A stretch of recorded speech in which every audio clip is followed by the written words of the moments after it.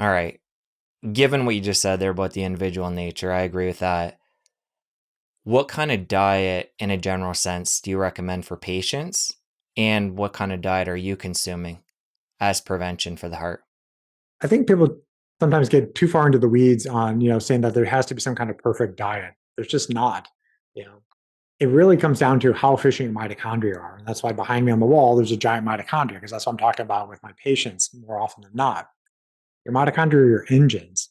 You get your mitochondria only from your mother. So that's why my, you know, intake history with patients, I want to know how healthy their mom is, how healthy the grandma is, because you inherit your mitochondria through that lineage. Bear with me because it's going to be important with the why I talk about this prior to talking about nutrition. Your mitochondria are your engines. Those are the engines that are going to metabolize the electrons that are coming from your carbohydrates and your fats. So if you have healthy mitochondria, you can eat almost anything and your mitochondria are going to handle it. If you have very poor functioning mitochondria, you're going to eat a lot cleaner because your body is not going to be able to tolerate the oxidative stress from eating processed foods that are highly, enriched with things that your body doesn't know what to do with. So the mitochondria don't eat carbs or fats. They take electrons, run them through the electron transport chain, and your body makes ATP, water, carbon dioxide, and heat. That's what the body is making. It's the metabolic water that you're utilizing. So it's quantum physics. That water is what's storing energy. The ATP just helps fold proteins. So that's why I ask about that first, because if you have poor mitochondria, you're going to need to do more. But that being said, I usually start with people should be focusing on what kind of maternal haplotype they have if they know that information, because that gives them an idea. If they're people who are L haplotypes and they're equatorial, that means they could eat a high carbohydrate diet year round and probably be fine. But if they have a Northern European haplotype, then in the wintertime, probably a keto carnivore diet is probably more situated for them. But if you take somebody who has a Northern haplotype and put them on the equator and say, keep eating keto, it makes no sense. That's not how they were evolutionally designed.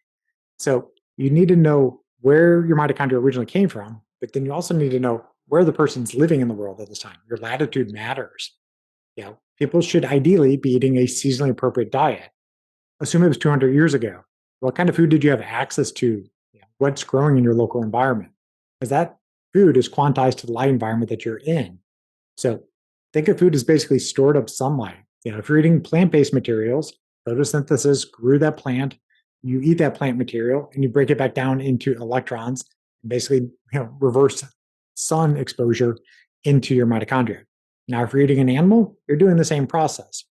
But where I'm at in St. Louis, there's 4 seasons. So if people are going to go for optimal nutrition, the wintertime, the ground's frozen here. There's no fruit or vegetables growing in this region.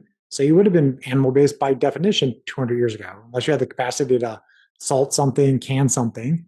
So you would have had a seasonally appropriate diet. And then when the vegetables came out in the spring and summer, and the fruits later in summer, you would have eaten those things. We were designed to be omnivores if you had the opportunity to do that. So I tell people like you had to focus on the mitochondria first, and then if people want like the basics, one, food is also energy, but it's information. It's information about time of day. So people should be eating during daylight hours. The body craves consistency and trying to figure out is it daytime or nighttime. So if you stop eating 3 to 4 hours before bed, the liver and gut clocks shut off and the body can metabolize that food.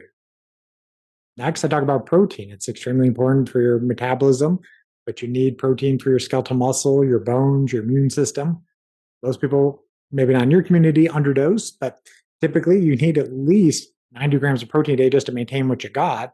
And if you're trying to go for optimal or you're trying to gain muscle mass, you really need to go for a gram of protein per pound of ideal body weight.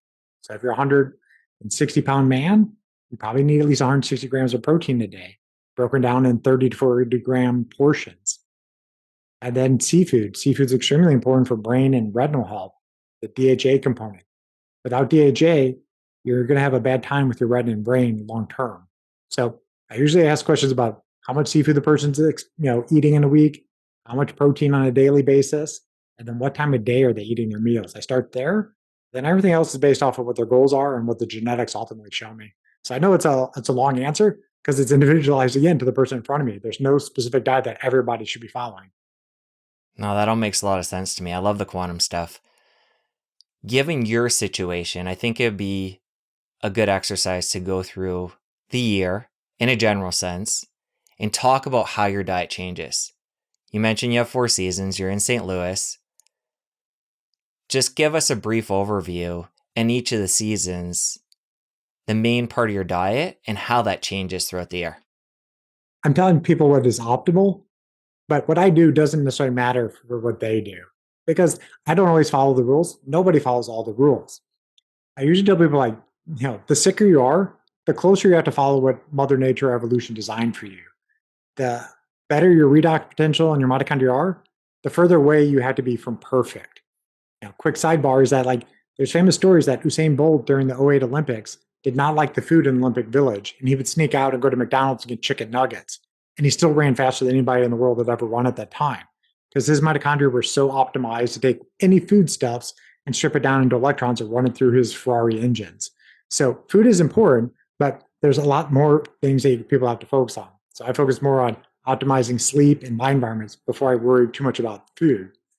Now, for myself, I'm mostly paleo template, probably for 12 years now. Do I strive off it a little bit? A little bit. But most of the time it's high protein in the morning, eggs, some type of sausage often, lunch, sometimes seafood, sometimes beef, pork, chicken. I eat all sources of protein. At dinner, it's usually another one of those type of options. Eat some greens, not a ton. And I eat very little fruit. If I eat fruit, generally it's going to be like berries for the most part, just because I just don't love a lot of fruit. Okay, before you got into your diet, it sounded like you said the circadian piece is more important for you. Do I have that right? For me, because most people don't have that even remotely dialed in. So, I think people have to lock in their light environments and their sleep first before really fine tuning their nutrition plans. All right, well, let's talk about the biggest mistakes people are making in those areas. One, they're probably not going outside and seeing the sunrise. You need that light information to hit your retinas, activate the melanopsin receptors, send signals to your supracosmic nucleus. And that's basically the master clock in your brain that tells the rest of the organs, what to do, what time of day it is. And then for sure, people are often abusing technology at the wrong times of day. Abuse is a, somewhat light term. It is abuse to your, mitochondria. So the thing we're doing right now, talking on blue lit screens. It's amazing. I talk to people from all over the country and all over the world, but this can have a health toll. So the light coming off these screens, it's set at the exact same color as solar noon is in your environment. So okay, it's daytime right now. Probably not the biggest deal, but I'm still going to wear my blue blockers when I'm on this because that's more blue light than I want to get in my eyes. I don't want my clocks to think it's the wrong time of day. But the key time is sunset. The sun sets, it should be dark where you're at. You know, maybe a fire, but nobody's necessarily going to live that way anymore. They're turning on all their LEDs and compact fluorescents, and maybe if they're biohacker, they got their red lights on and stuff. But darkness needs to happen in your environment to get optimal sleep. So if you get your light environments right, you generally get your sleep right. And when you get your sleep right, almost everything else gets easier. The hormones get balanced better. Your neurotransmitters get, better turned on at the right times of day. So I'm very much a stickler to my own personal light hygiene habits and try to, live by example. My office here is, all naturally lit. I have very few things that plug into the AC power grid unless that absolutely has to. Okay, zooming in on sleep, other than getting the light right during the day and at night, what other pieces do you make sure you're doing in that realm? I mean, the two biggest zeitgebers or time givers to your body is the light that enters your eyes and the timing the nutrients come into your, GI system. So I said earlier, but ideally, you don't want to eat 3 to 4 hours before you go to bed. That allows the liver and gut clocks to shut off for the night to start processing the foods that you ate earlier in the day. So if you do those two things, most people's sleep quality tends to improve. What about eating first thing in the morning? There's kind of a mixed opinion in our world about intermittent fasting versus getting that bolus of food, specifically making sure we're getting enough protein to trigger the body. Again, it's going to depend on the individual that's sitting in front of you. But if somebody is overweight, obese, then they really do need to be very mindful that they probably need to get more nutrients early in the day so they can try to break their pattern of leptin resistance. So, leptin is the master hormone that tells the hypothalamus how much fat you have on your frame. And you really can help reverse the leptin resistance by getting early morning light on the eyes and on your skin, as well as timing the nutrients that come into your gut. So for those people, they really should be eating within an hour of the sunrise. Now, somebody's very healthy, maybe they don't necessarily need to do that. And, you know, I'm not opposed to people fasting on occasion, but it really has to have a reason why they want to do that. You know, the risk is if you do too much, quote, intermittent fasting, there may be not time through the day to get to your protein goals. It's very challenging to hit 160 grams of protein a day if you say your feeding window is only 4 hours per day. What about periodic longer fasts? Somebody wanting specific benefits such as autophagy and periodically, say 4 times a year, doing 3-day water fasts. Again, it depends on why they're wanting to do those things. I mean, I personally don't do those. I don't think there's a need for myself to do it. But if somebody has a real good reason why, then they just gotta make sure that they're staying well hydrated at the times. They're not gonna be on some electrolytes, so they're not getting lightheaded and dizzy. Maybe they can do branched chain amino acids, but they should be focusing on doing some type of strength or resistance training those days. Because if you're gonna be, without nutrients for days and you're not moving your body's in a catabolic state. Your body's going to be like, hey, muscle, why don't you give us some of this protein? We need that now because we're not getting any through our GI system. So if you do too much fasting, you can basically, cut back on your, muscle reserve essentially. And then it's harder for you to kind of gain it back in the future. So I'm a big stickler. Like, you don't want to do things that work against your muscle health. Let's talk more about hydration.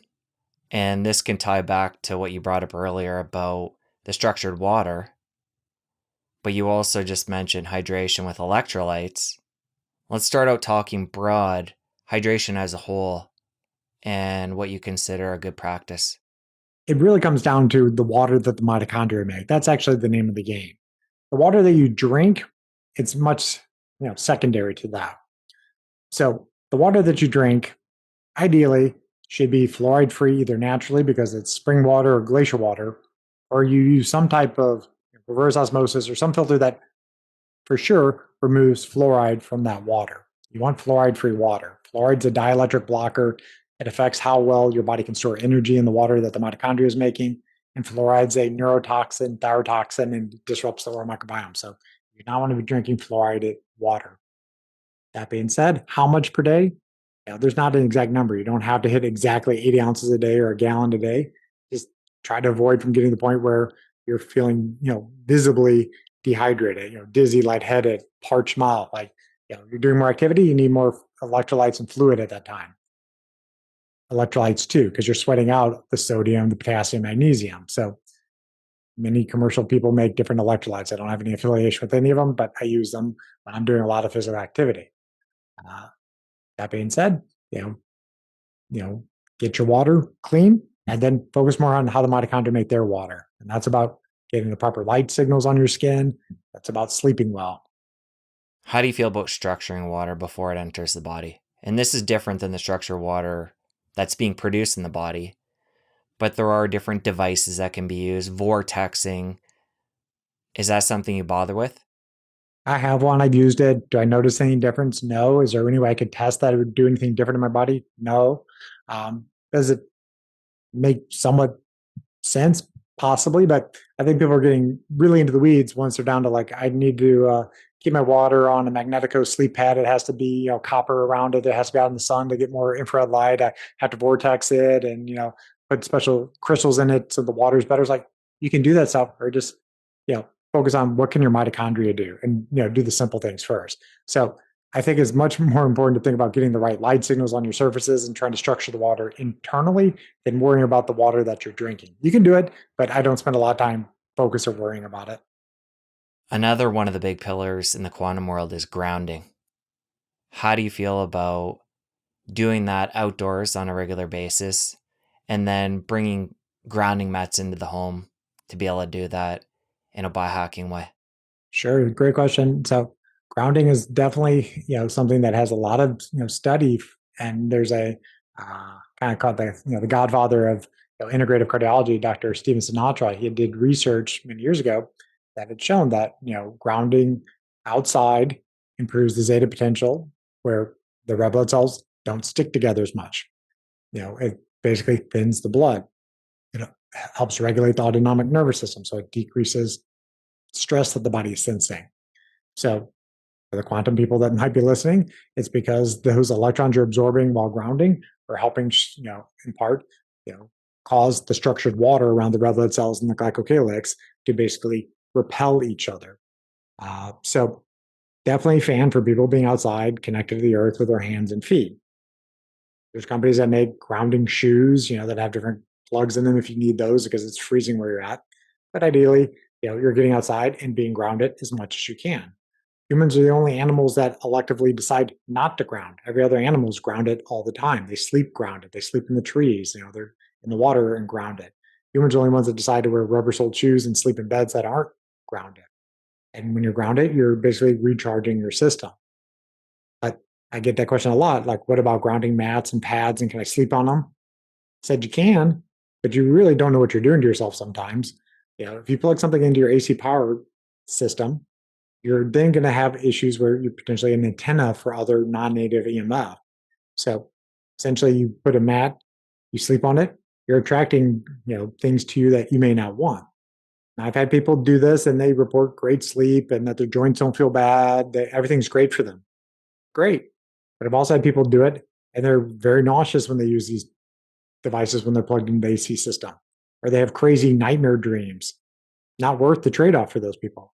So I tell people if they're going to bring grounding technology inside, it ideally should still be connected to the ground outside, not be plugging into the walls. Even if it comes with a little tester that says it's grounded, that just means you're probably not going to electrocute yourself if you plug it into the wall. If you're going to use this technology, run a copper wire from the pad or mat, put it out your window or door, and put it around a copper stake and drive it into the ground. If you're doing that, probably I'd be okay with people doing it that way. As a cardiologist, how do you think about high blood pressure? And conventionally thinking, doctors will often recommend decreasing or cutting out salt. Layer on that piece. There are people that are salt sensitive, but in part it's because the glycocalyx buffers sodium. So if you have a terrible glycocalyx and that person is having a high salt diet, their body can't buffer it, and that's going to cause more fluid retention and raise their blood pressure. But blood pressure, I sometimes joke, it's not a disease. It's a response to something in the environment. You know, Sometimes it's due to white coat hypertension, which is basically stress-induced hypertension. So if you have high adrenaline, the arteries are going to constrict. You're trying to get away from a threat.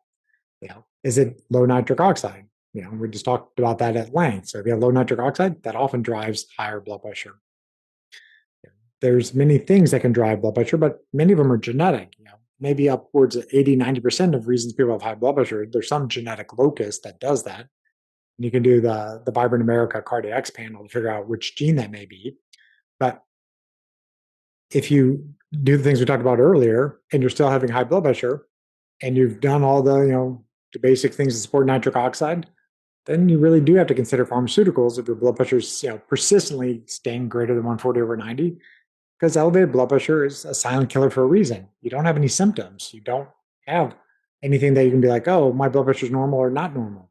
But the organs, when they're facing these higher pressures, will basically become, over time, damaged by that high pressure, particularly the kidneys and the small blood vessels in the brain. So if you start having kidney impairment, that's the big canary in the coal mine that, there's a big problem in your vascular system. So there's a big workup. It would probably take us 2 hours to explain exactly all the things you could do to work up high blood pressure. But the first thing is you got to monitor it. If you don't check, you don't know. So I recommend everybody have a blood pressure monitor, at least have access to one, and check and see, are you still truly less than 120/80? Because that's really where, if you're persisting greater than that long term, you got to do something about it. Let's come back to diet. And hearing you go through your diet, it doesn't sound like saturated fat is a concern for you. But It doesn't again, affect me. conventionally, a lot of cardiologists are having people on low fat diets to bring that LDL down. Talk about how you think about saturated fat. It's a variable I look at, and it's not important in everybody. Yeah. I've definitely seen the patients who've had, quote, normal cholesterol, switch up their diet to keto or a higher fat type of a carnivore diet, and their lipoproteins then go to the range where it looks like they got familial hyperlipidemia. In those individuals, it's likely that they are, sensitive to saturated fat.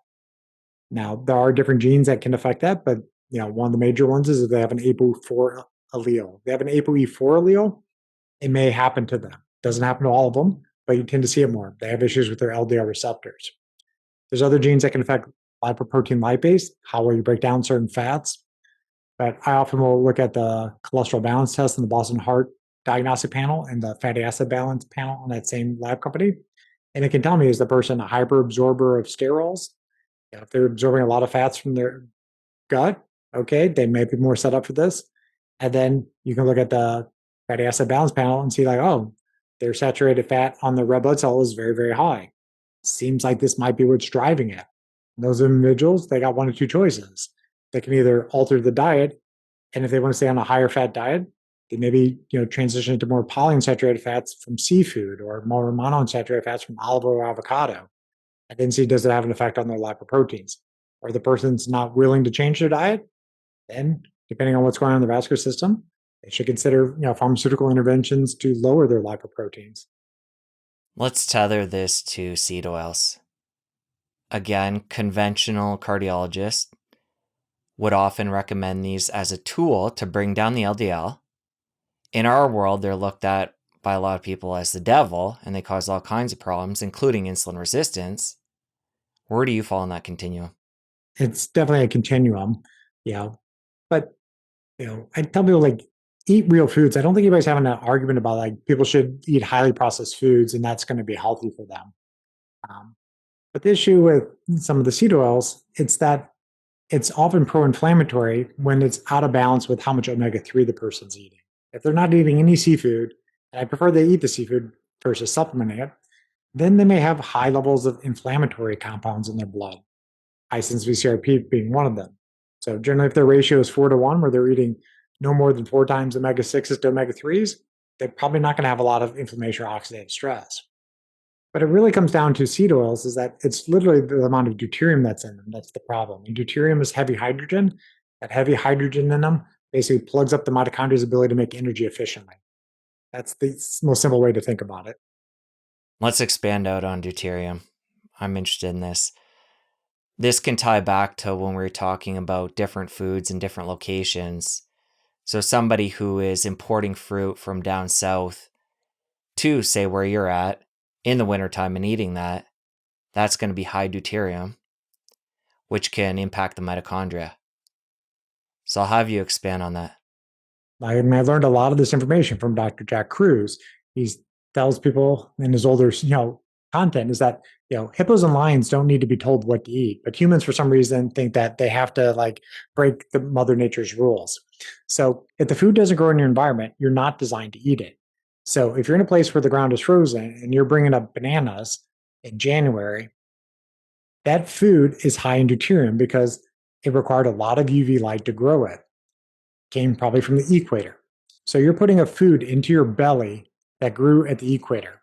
The photonic, I should say, the electrons in those foodstuffs are basically programmed by the light from the equator. So your stomach is basically saying, hey, the summer is in my belly. And you go outside and your skin is freezing and your eyes are sensing the lack of UV light because you're in vitamin D winter in St. Louis in January.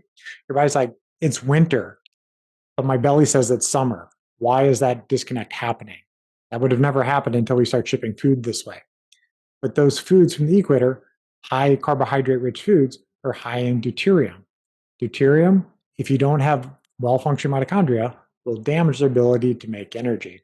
So, that's why sometimes people will temporarily have a boost in their energy levels, because when they go keto, they're not eating all that type of high deuterium foods. But there's definitely ways to have high processed keto foods that are going to still have high levels of deuterium. So it's not a guarantee that eating keto or carnivore is going to keep that out of your diet. So that's why you really should focus on the seasonally appropriate diet and eating foods that are minimally processed, not saying eat raw foods all the time. Say you're in a situation where you're at a party and you're eating a bunch of fruit. I don't even know if you do this, but hypothetically, and you've brought in a lot of deuterium beyond what you normally would. Anything you could do to hack that and bring it back down? It's the fluids leaving your body, the urination, the fecal elimination, sweating, getting those things out of the system is how ultimately you get rid of deuterium. What about drinking deuterium depleted water? advanced topic and needs to be in the context of the person who is sitting in front of you with, whatever condition. Those people tend to either have some type of active cancer or autoimmune condition that they really need to consider that. The average healthy person really should put, DDW on this, hey, something might be interesting, but not something they really need to explore. Throughout the conversation, you've dropped a couple of different supplements, but for somebody living and eating by the principles we're talking about today, what core supplements would they want to consider? There are literally no supplements I tell people everybody has to take. I never do. It's all in context of what the testing shows. I have people who have zero supplements and their arteries look great. There's people who, you try to optimize it through their exercise, their stress management, their sleep, but they're deficient in certain things. If they can't get them through places, then I'm okay with them supplementing a day. Fine. But you want to minimize the supplements and not say everybody's got to take fish oil, magnesium, curcumin, or they're not going to have good arteries. That's just not true. What about vitamin D? Somebody up north like yourself in the winter. I There's don't take it. mixed people, yeah, mixed, I shouldn't say people, but mixed opinions on whether or not to take it. Explain why you don't. I mean, the simple thing is that vitamin D is a hormone. And anytime you put anything into your body that's a hormone and your body can produce it, you can downregulate how your body produces it then. But the other thing is that taking a pill doesn't mean that it does the same thing in your body as when sunlight strikes your surfaces and the UV light sulfates the cholesterol into the precursor that becomes vitamin D. Your body also produces other metabolites of vitamin D from sunlight that are not present in the pill. So the pill does not necessarily affect the immune system, doesn't affect nitric oxide pathways like the sun produced vitamin D does. If you enjoyed that clip, you're going to want to head over here and catch the full episode. I'll see you over there. Atherosclerosis is a lifelong disease. It can start in utero, can start before you're born, but you typically don't present to a doctor with symptoms until you're in your 40s, 50s, or 60s. And people can live their entire life, have these plaques, and not know that they're there.